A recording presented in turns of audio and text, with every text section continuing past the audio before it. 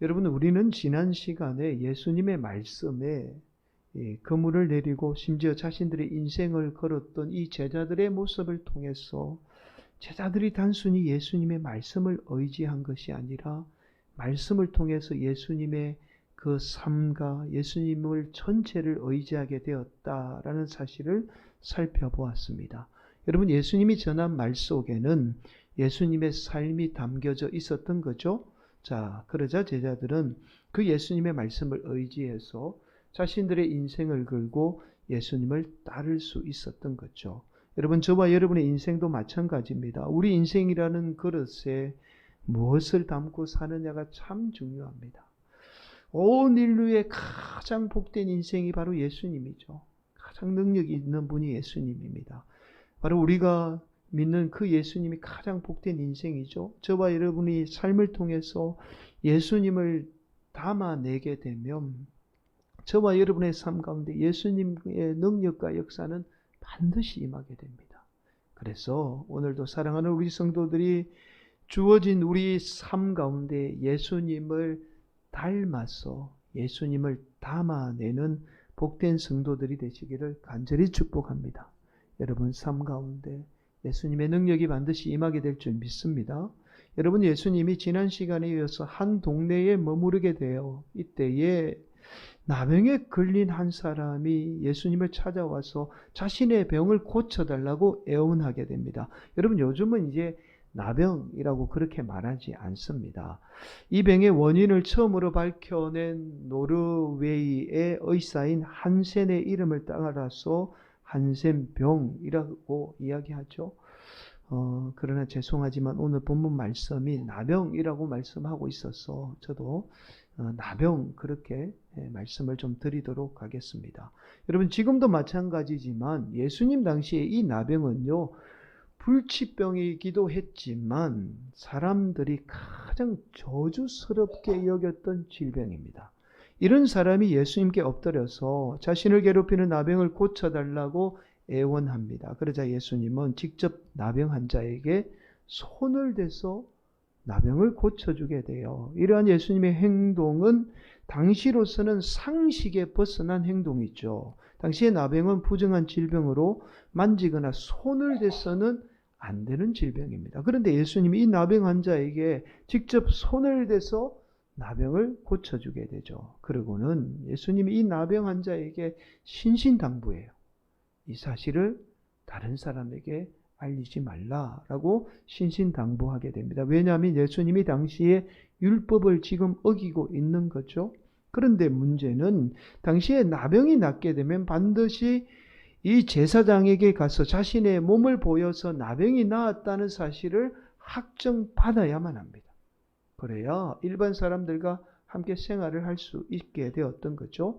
예수님에게 고침을 받았던 나병 환자도 제사장에게 자신의 몸을 보여서 나병이 나았다는 사실을 확정받게 돼요. 그런데 이러한 과정 속에서 이 나병 환자가 예수님으로부터 고침을 받았다는 이 사실을 말하게 되고, 자, 그리고는 이 소문이 온 이스라엘에 다 소문이 퍼지게 돼요. 자, 그러자 더 많은 병자들이 예수님에게 몰려들게 됩니다. 자, 이 사실을 알게 된 예루살렘의 종교 지도자들은 과연 예수님이 어떤 인물인지 알기 위해서 바리새인과 율법 교사를 파견하게 됩니다. 마침 예수님에게 고침을 받으려고 몰려드는 많은 인파 속에 예수님께 가까이 갈 수 없었던 중풍병자가 있습니다. 예수님께 고침을 받기 위해서 사람들이 중풍병자를 들 것에 들고는 왔지만 예수님께 몰려드는 인파로 인해서 도저히 예수님께 가까이 갈 수가 없었던 거예요. 자, 그러자 이들이 예수님이 있던 집의 지붕의 기와를 벗겨서 중풍병자를 예수님께 내리게 됩니다. 여러분, 아마도 예수님께 몰려들었던 많은 인파들이 이 모습을 지켜보았을 거예요. 또한 특별히 예루살렘에서 파견된 종교 지도자들도 이 모습을 지켜보았을 겁니다. 자, 그러자 예수님이 이 중풍병자를 향해서 이렇게 외쳐요. 제사함을 받았는지라 라고 크게 외치게 됩니다. 예수님이 중풍병자에게 도저히 이해할 수 없는 이 제사함을 받았다라는 사실을 말씀하게 되죠. 그러자 예수님이 어떤 인물인지 알기 위해서 예루살렘에서 파견된 종교 지도자들은 이렇게 생각해요. 아니, 하나님만이 인간의 죄를 사할 수 있는데 감히 인간이 죄를 사하다니 이것은 분명 신성모독죄야 라고 생각을 했던 거예요. 그래서 예수님은 이들의 생각을 알고는 종교 지도자들에게 이렇게 질문합니다. 중풍병자에게 죄를 사하는 것과 걸어가라는 말 중에 어느 것이 쉽겠느냐라고 질문을 하게 되죠. 여러분, 당연히 중풍병자에게요, 죄를 사하는 문제보다 걸어가는 문제, 중풍병자는 몸을 움직이지 못하는 사람이잖아요. 걸어가는 문제가 훨씬 더 어려운 문제죠. 즉, 이 말은 예수님이 중풍병자를 고칠 수 있는 권세가 있다며 얼마든지 죄를 사할 수 있는 권세 또한 있다는 사실을 지금 말씀하고 있는 거예요. 자, 그러고서 이어서 예수님이 중풍병자에게 일어나 걸어라 라고 말씀하며 중풍을 고치게 됩니다. 여러분, 오늘 본문에서 예수님이 중풍병자의 죄를 사하고 있다는 사실 때문에 간혹 오늘 본문을 가지고 이렇게 말씀하는 분이 계세요. 우리가 겪는 질병의 원인이 죄 때문이다. 그래서 우리가 죄로 인해서 질병의 고통을 겪게 된다라고 말합니다. 여러분, 사실 오늘 본문의 말씀이 언뜻 보면 마치 이 중풍병자의 이 질병의 원인이 죄라는 사실처럼 보일 수 있잖아요. 예수님이 죄를 사하고 있기 때문에 그렇게 보일 수 있습니다. 그래서 우리 성도들이 어떤 병에 걸리게 되면 먼저 생각하는 것이 내가 혹 하나님께 죄를 지어서 병에 걸리지 않았나라고 생각을 해요. 아니면 우리가 몸이 조금만 아파도 내가 죄를 지어서 몸이 아프다라고 생각을 하죠. 그래서 성도들이 자신에게 스스로 무거운 죄책감을 지우게 됐죠. 여러분, 만약에 우리가 믿는 하나님이 그런 하나님이라면, 즉 우리가 죄를 지을 때마다 우리를 심판하고 우리에게 무거운 질병을 가져다 주는 분이라면 우리는 그런 하나님을 믿을 이유가 없습니다.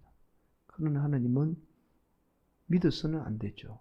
또한 여기에 아마도 살아있을 사람이 아무도 없을 거예요. 여러분, 그렇잖아요. 우리가 죄를 지을 때마다 하나님께서 우리에게 병을 주고 질병을 겪게 된다면 아마도 벌써 우리는 죽어도 몇백 번은 죽어야 마땅한 인생이죠. 여러분, 이러한 것은 과거에 종교 지도자들이 인간에게 죄에 대한 두려움을 갖게 해서 인간을 통제하기 위해서 잘못된 것을 가르친 거죠.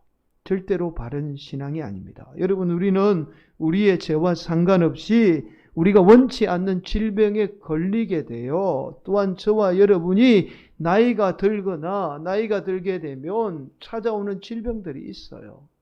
또한 예기치 않는 질병으로 우리는 반드시 고통을 겪게 됩니다. 죄와 상관없이 우리가 인생을 살다 보면 필연적으로 질병은 우리 인생을 따르게 되는 거죠. 우리 인생의 필연적으로 질병은 우리에게 찾아오게 되는 겁니다. 여러분, 오늘 본문 말씀에서 예수님이 중풍병자를 고치면서 먼저 중풍병자의 죄를 사하고 있는 아주 특별한 이유가 있었습니다. 이유가 있었던 거예요. 자, 다시 말씀을 한번 좀 살펴보도록 하겠습니다. 20절은 이렇게 말씀해요. 예수께서 그들의 믿음을 보시고 이르시되 이 사람아 내 죄사함을 받았느니라 하시니, 앞서서 살펴본 대로 예수님이 먼저 중풍병자를 고치기 이전에 죄를 지금 사하고 있습니다. 그런데 앞서서 예수님이 이 나병 환자를 고친 사건을 살펴보게 되면 오늘 본문의 중풍병자와 확연하게 다르다는 사실을 알 수 있어요. 여러분, 앞선 나병 환자의 경우는 13절 이렇게 말씀하죠. 예수께서 손을 내밀어 그에게 대시며 이르시되 내가 원하노니 깨끗함을 받으라 하신데 나병이 곧 떠나니라. 예수님은 나병 환자에게 그 자리에서 나병 환자를 직접 만져서 나병을 지금 고쳐주게 돼요. 나병 환자는 죄사함을 받으라고 말씀하지 않습니다. 여러분, 만약에 질병의 원인이 죄라면 나병 환자에게도 똑같이 어떻게 해야 되죠? 죄사함을 받으라 라고 그렇게 선포해야 합니다. 그런데 나병 환자는 죄사함을 받으라고 그렇게 말씀하지 않아요. 반면에 중풍 환자는 바로 중풍을 고쳐준 것이 아니라 먼저 죄사함을 선포하고 있죠. 그러자 예루살렘에 온 바리새인과 서기관들은요, 예수님이 죄를 사하게 되자 곧바로 이 사실을 고발하려고 했던 거예요. 여러분 21절 말씀 함께 봉독해 볼까요? 서기관과 바리새인들이 생각하여 이르되 이 신성 모독하는 자가 누구냐? 오직 하나님 외에 누가 능히 죄를 사하겠느냐? 예수님이 중풍병자의 죄를 사하게 되자 옳거니 이 사람을 죽여야 될 이유가 생겼구나. 바로 서기관과 바리새인들이 예수님을 신성 모독죄로 뒤집어 씌우려고 했던 겁니다. 그리고 이 사실을 예수님이 꿰뚫어 보게 되었던 거예요. 그리고 이어서 예수님이 중풍병자의 이 병을 고치게 됩니다. 24절 말씀. 그러나 인자가 땅에서 죄를 사하는 권세가 있는 줄을 너희로 알게 하리라 하시고 중풍병자에게 말씀하시되 내가 네게 이르노니 일어나 내 침상을 가지고 집으로 가라 하시매. 여러분들도 잘 아시다시피 예수님이 십자가에 못 박혀 죽게 된 이유가 두 가지예요. 첫 번째가 오늘 본문에 나오는 신성 모독죄 때문입니다. 당시 인간의 죄는 오직 하나님만이 사할 수 있어요. 그래서 이스라엘 백성들은 반드시 자신의 죄를 용서받기 위해서 어디에 가죠? 예루살렘 성전에 가서 희생제사, 대신 죄를 할 동물을 희생제사를 드리게 됩니다. 그런데 예수님이 지금 중풍병자의 죄를 사하고 있는 거예요. 그러면 성전을 중심으로 해서 온갖 권력을 누렸던 종교 지도자들이 어떻게 해야 될까요? 사람들이 성전에 갈 이유가 없는 거죠. 자신들의 권력의 위협의 대상이 바로 예수님이었던 겁니다. 그래서 예수님에게 신성 모독죄를 뒤집어 씌워서 예수님을 십자가에 못 박게 되었던 거예요. 또한 예수님이 십자가에 못 박힌 두 번째 이유는 바로 안식일을 범했기 때문입니다. 이스라엘 백성들이 하나님만큼 중요하게 여겼던 것이 안식일이죠. 그런데 이 이스라엘 백성들은요, 안식일을 거룩하게 여기는 것이, 안식일에 아무것도 하지 않는 것이 안식일을 거룩하게 여긴다라고 생각을 했던 거예요. 여러분, 마가복음에 의하면 예수님이 중풍병자를 고친 후에 바리새인과 서기관들에게 고발당하고 이어서 예수님이 의도적으로 안식일에 병자를 고치게 돼요. 자, 이 사실을 한 이스라엘의 종교 지도자들은 곧바로 예수님을 죽이기 위해서 의논하게 되죠. 마가복음 3장 6절은 이렇게 말씀합니다. 바리새인들이 나가서 곧 헤롯 왕과 함께 어떻게 하여 예수를 죽일까 의논하니라. 여러분, 지금 예수님의 소문을 듣고 예수님을 고발하기 위해서 예루살렘에서 온 이 바리새인과 서기관들에 대해서 알지 못했을까요? 예수님이 전혀 알지 못하고 이 중풍병자에게 죄를 사하고 있을까요? 여러분, 오늘 본문은 이렇게 말씀해요. 22절에 이렇게 말씀합니다. 예수께서 그 생각을 아시고 대답하여 이르시되 너희 마음에 무슨 생각을 하느냐. 서기관과 바리새인들의 생각마저도 알고 있었던 예수님이 이들이 예수님을 고발하기 위해서 왔다는 이 사실을 모를 리가 없었던 거예요. 알고 있었던 겁니다. 하나님의 아들인 예수님이 이 사실을 모를 리가 없었던 거예요. 그런데도 예수님이 바리새인과 서기관 앞에서 중풍병자의 병을 고치지 않고 의도적으로 지름 죄를 사하고 있는 거죠. 이러한 것은 예수님의 특별한 의도가 있다는 사실을 우리는 쉽게 알 수 있어요.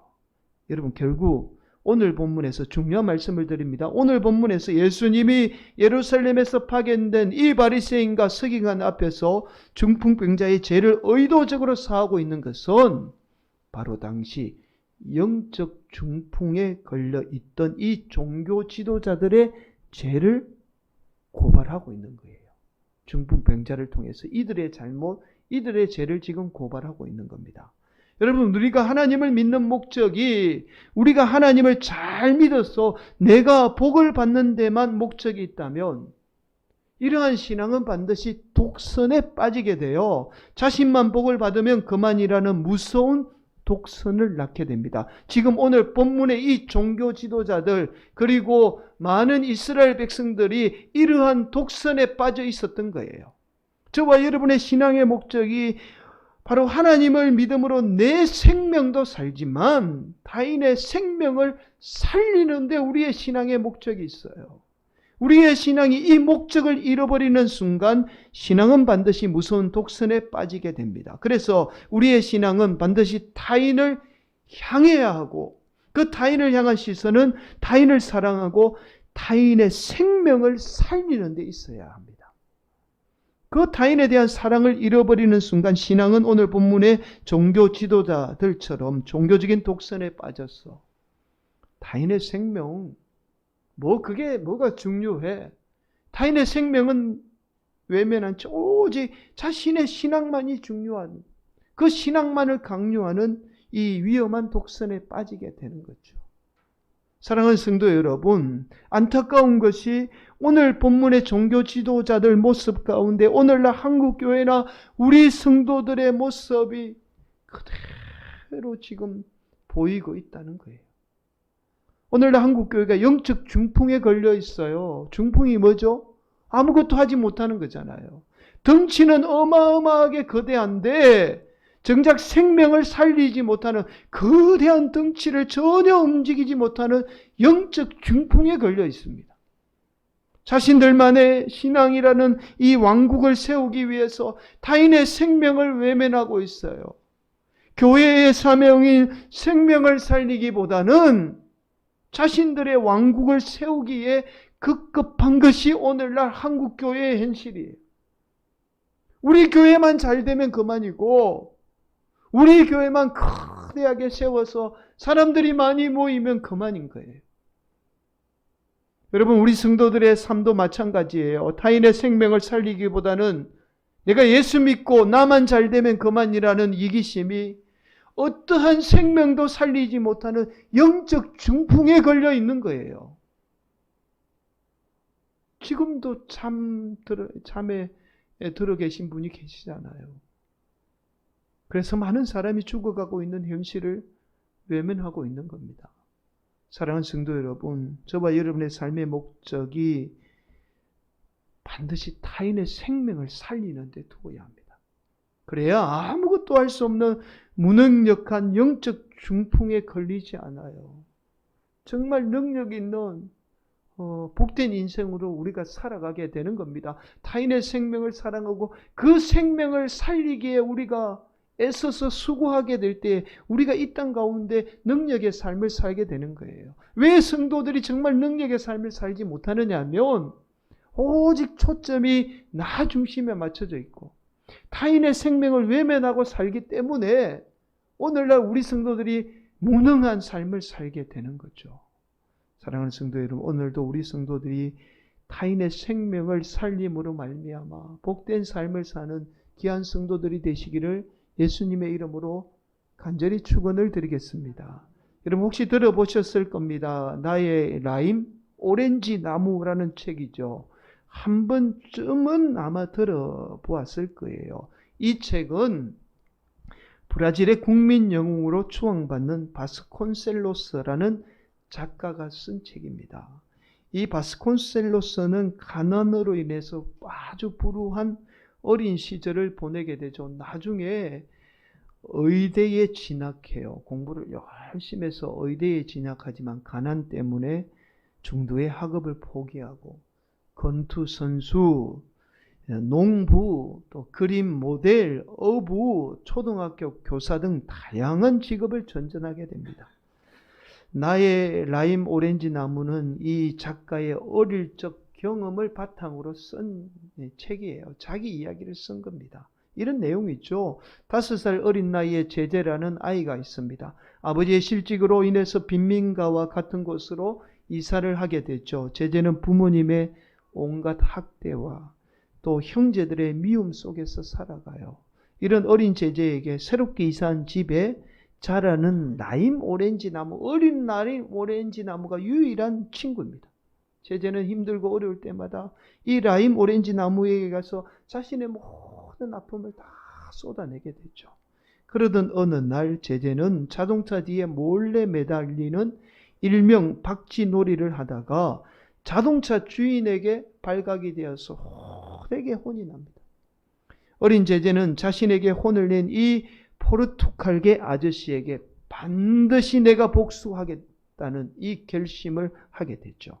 복수심에 사로잡혀 있던 제자가 장난을 치다가 그만 발목을 다치게 됩니다.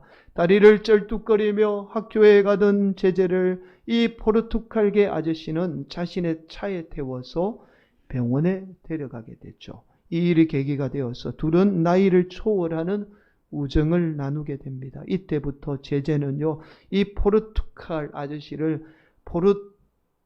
포르뚜까라고 부르게 돼요. 포르뚜까라고 부르게 되죠. 함께 밥을 먹고 또 낚시도 하며 함께 드라이브하며 서로의 속마음과 아픔을 나누게 됩니다. 그리고는 이 제자의 온몸에 든 멍이 부모님으로부터 맞아서 생긴 온갖 학대의 흔적이라는 사실을 알고는요, 이 포르투갈 아저씨는 함께 아파하며 이 제자에게 온갖 사랑을 다 쏟게 됩니다. 그러던 어느 날 학교에 있던 제자는 느닷없는 비보를 듣게 돼요. 바로 누구보다도 자신을 이해하고 사랑해 주었던 포르투갈 아저씨가 갑작스럽게 죽었다는 소식을 듣게 됩니다.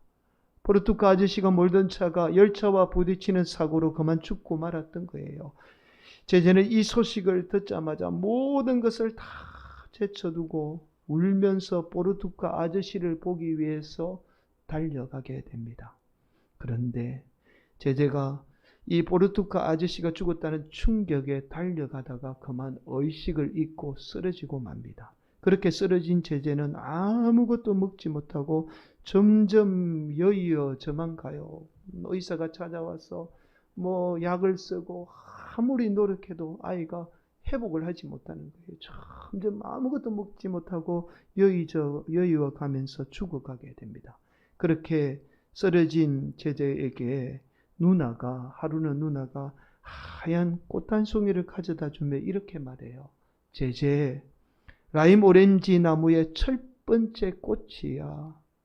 그도 어른 오렌지 나무가 되고 있어. 이젠 오렌지도 열리게 해 줄 거야.